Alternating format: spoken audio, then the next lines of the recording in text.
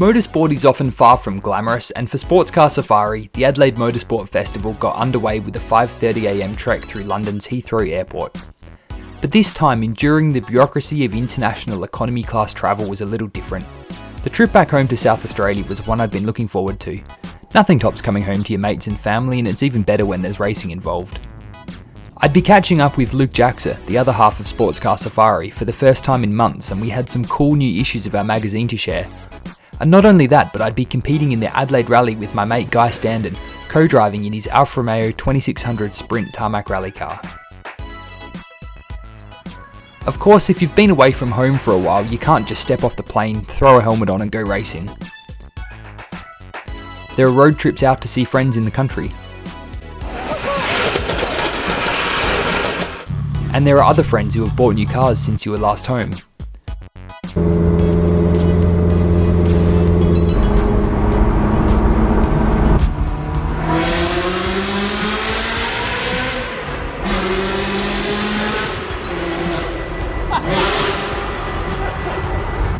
Windows down tunnel runs and sunny pub lunches are pretty much mandatory.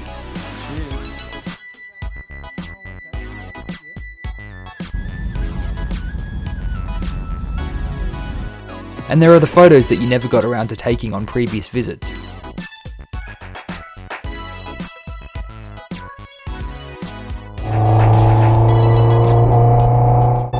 And of course, dusting off your own old car and going for runs in the hills is the perfect way to rekindle the flame.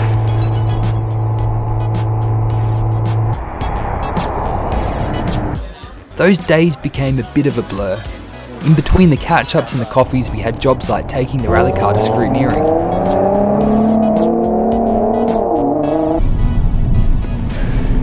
And checking our pace notes with a full course recce. Short 8 right, 50. 8 left.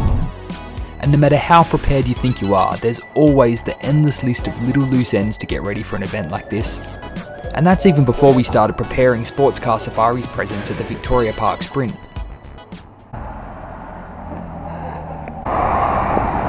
Luke, are you stealing pallets? Yep. Actually, probably didn't need to buy any wood. Oh, mother. Look how thick that is. There were trips to the hardware to collect materials to build our event stand, and a late night visit to the printers to watch our latest magazine roll off the press. With me working from London and Luke from Adelaide, in under a month we'd put the Adelaide Motorsport Festival official event journal together from scratch. The car owners made their race cars available for us, and we had the best photographers we know shoot them. I did the words and was up in the middle of the night interviewing drivers and engineers, and Luke did the design and layout. There was a time when I genuinely didn't think we'd make the deadline, so just getting this far seemed like victory itself.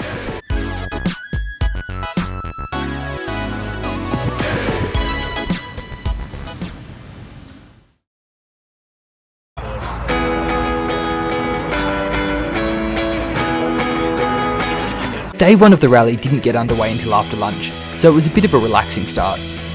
It was driver's briefing first, a walk around the service park and lunch. You got your road book? Yeah, it's at Tim's house. What do you reckon? I reckon it's lunchtime. After our stretching earlier in the week, we were actually ahead of the curve and we were ready with plenty of time to spare. Where have you been? Oh wait, in the garage. Nice glove. Just singular glove. Is this the Michael Jackson of the rally world or what? I'm just waiting for the skip check. We watched the tour cars leave, and then it was our turn to start the Adelaide Rally.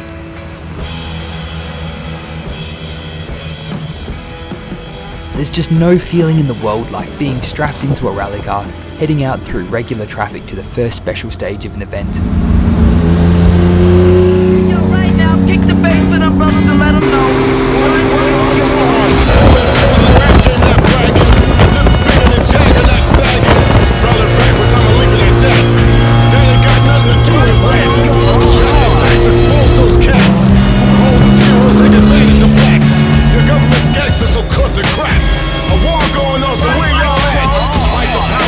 Responsibility F the police, but who's stopping you from killing me?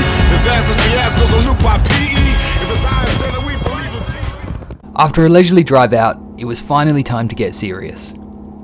I quite literally hadn't put a helmet on since Targa Tasmania in April 2017, and Guy had been out of the driver's seat for a similar amount of time. But it's funny how quickly you get back into the swing of things, and just a few kilometres into the stage, it started to feel like we'd never left. 5, 4, 3, 2, 1, go. 100, 8 right opens 100.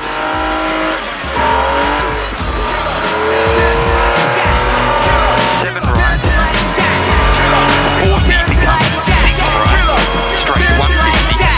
Yeah, that's right, Chuck, man. That's what you gotta do. You got to tell them just like that. You know what I'm saying? Cause yo, man, let me tell you a little something, man. These brothers running around, hard-headed, they get a little jealous, you know what I'm saying? Just like that. You know, they try to bring you down with them. But yo, Chuck, you got to tell them just like that. Screaming gangster 20 years later. Of course, endorsed while consciousness faded. New generations believe in them fables. Gangster boogie on 2 turntables. Show no love, so it's easy to hate it. Desecrated while the coroner waited. Any given Sunday, so where y'all rated? With slavery lynching and them drugs infiltrated. I'm like that doll Chucky, baby. Keep coming back to live love life like I'm crazy. Keep it moving, rising to the top. Duck fresh, clean living, you don't stop. Revolution needs change, don't look at me strange. So I can't repeat what all the rappers be saying. You don't stand for something called everything. Harder than you think is a beautiful thing. Get up! Get up!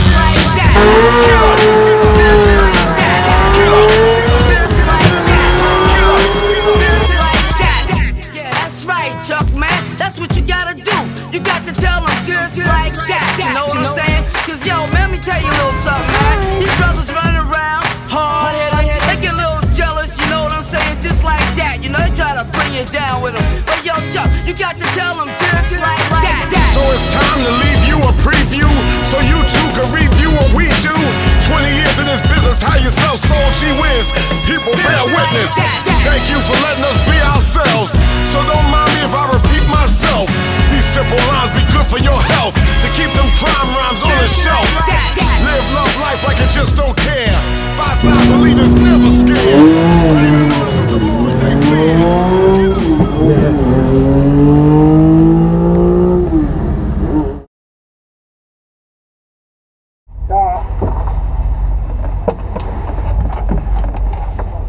Hey James. The old switcheroony. Are you a nervous passenger guy? No, I'm not nervous at all. I am. The rally featured a handful of stages at the Bend Motorsport Park, and Guy insisted that I really should have a drive. I've got all the excuses in the world for being painfully slow, but damn, it was a great experience. We finished the stages, car undamaged, nothing broken, and a beaming co-driver returning back to his rightful side of the car.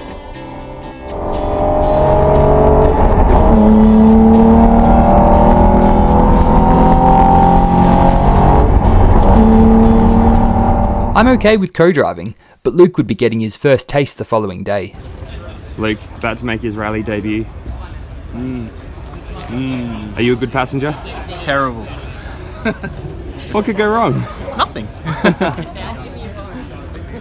Andre Besuidenhout is a Porsche mad enthusiast from Johannesburg, South Africa, who is in the process of slowly completing an extended world tour in Frisco, his 71 911T. Luke joined Andre for the Adelaide Rally Prima Tour, calling the notes for the single-day event. Petrolicious did a video in his car, and Andre and his wife Kalandi are undertaking the ultimate sports car safari in Frisco, so it was pretty cool to spend some time with them. Andre has a lot of experience racing some pretty incredible Porsches, so Luke really had nothing to worry about at all. With Springsteen belting from Frisco's speakers, the pair slid around the bend and were probably a fair bit quicker than Guy and me in the process.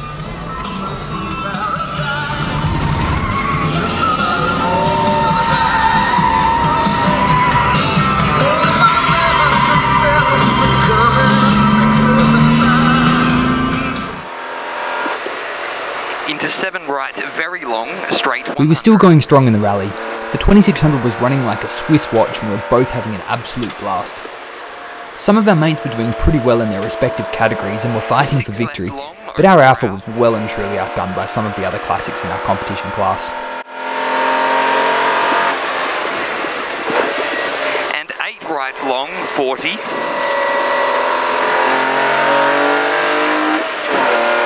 7 left long, 40. But we didn't care one bit. We finished Friday evening with an on-the-money run up the iconic Gorge Road, with golden sunset light filtering into the cabin and bathing the road ahead. It was such a cool experience that I had to really concentrate on not getting distracted, but I still made sure to take the moment in. We rolled into Friday night's Guja Street party feeling absolutely on top of the world.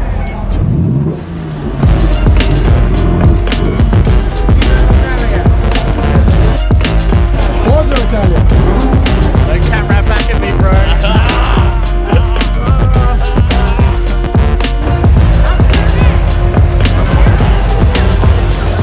The Guja Street Party is held in the heart of Adelaide's CBD in Chinatown district and has such a terrific atmosphere to it. It's genuinely a unique experience in world motorsport, and it has been since the original Classic Adelaide days in the late 90s.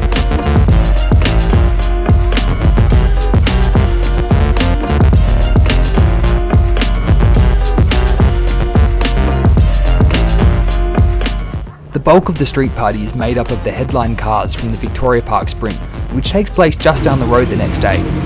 Those racing cars have just been driven through Friday evening peak hour traffic in a special parade. Old Formula 1 cars, a pair of Porsche 962s, the new Brabham BT62, all on public roads. Absolutely insane. By the time the rally cars rolled in, the place was packed.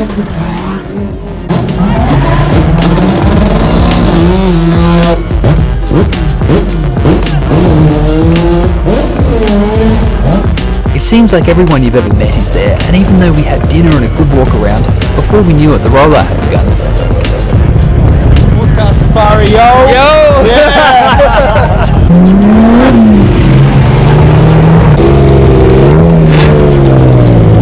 We finished our beer and went and watched for a little bit, and soon it was our turn to leave. Tomorrow would be the final day of the rally, and we were headed for some of my favourite stages up in the Adelaide Hills.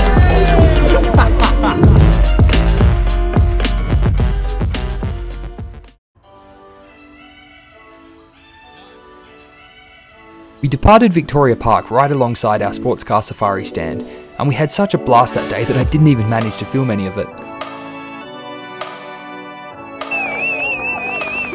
We crossed the finish line back at Victoria Park that afternoon and got our medals. We didn't figure in the results, but some of our mates carrying sports car safari stickers absolutely killed it. KVS and Vizzo in a Porsche 944 won the Classic Challenge by the narrowest of margins. Tim and Carl in an E36 M3 dominated the Modern Challenge and took the win as well. Cheap champagne could be so good. This is just great energy. Thanks again. Thanks to Shannon's. Celebrations were had that night and it proved a fitting end to a brilliant event.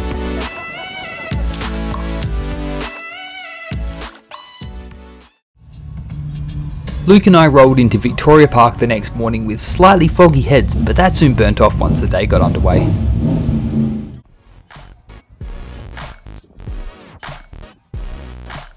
We've got some incredible friends and they'd pitched in to help us build the sports car safari stand, and were also joining us in manning it. We had Luke's Alfa 33 Safari wagon and my Fiat X19 on display. We had shirts and stickers for sale and copies of the magazine available too.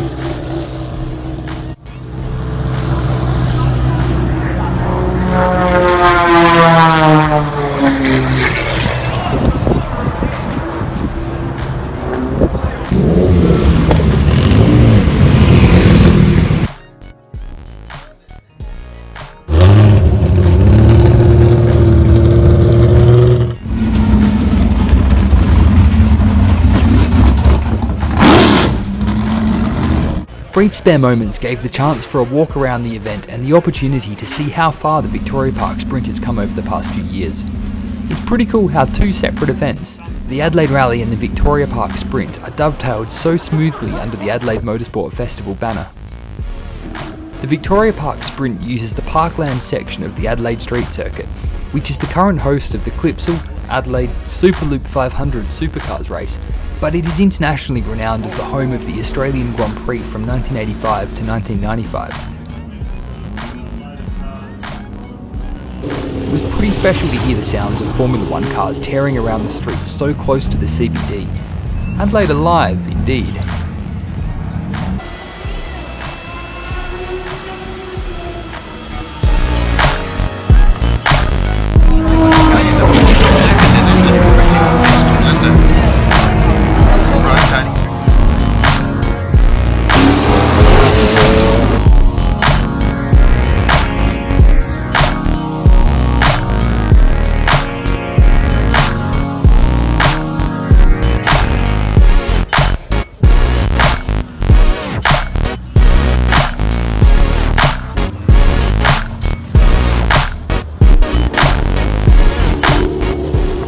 Sunday was capped off with the rare treat of sitting in the unrestored 1959 World Championship winning Cooper T51, resting my hands on the very same leather steering wheel that Jack Brabham twirled on the way to his first World Championship. It's the car that Sir Jack famously pushed across the finish line at Sebring, and it is as original as it gets. I'd spent many hours researching it while writing the story for the event journal, and to not only see it and hear it run, but to sit in that very same seat left me speechless. Like I said to someone, if you're religious, this is the Shroud of Turin. This is the Holy Grail. This is beyond anything. It's unbelievable.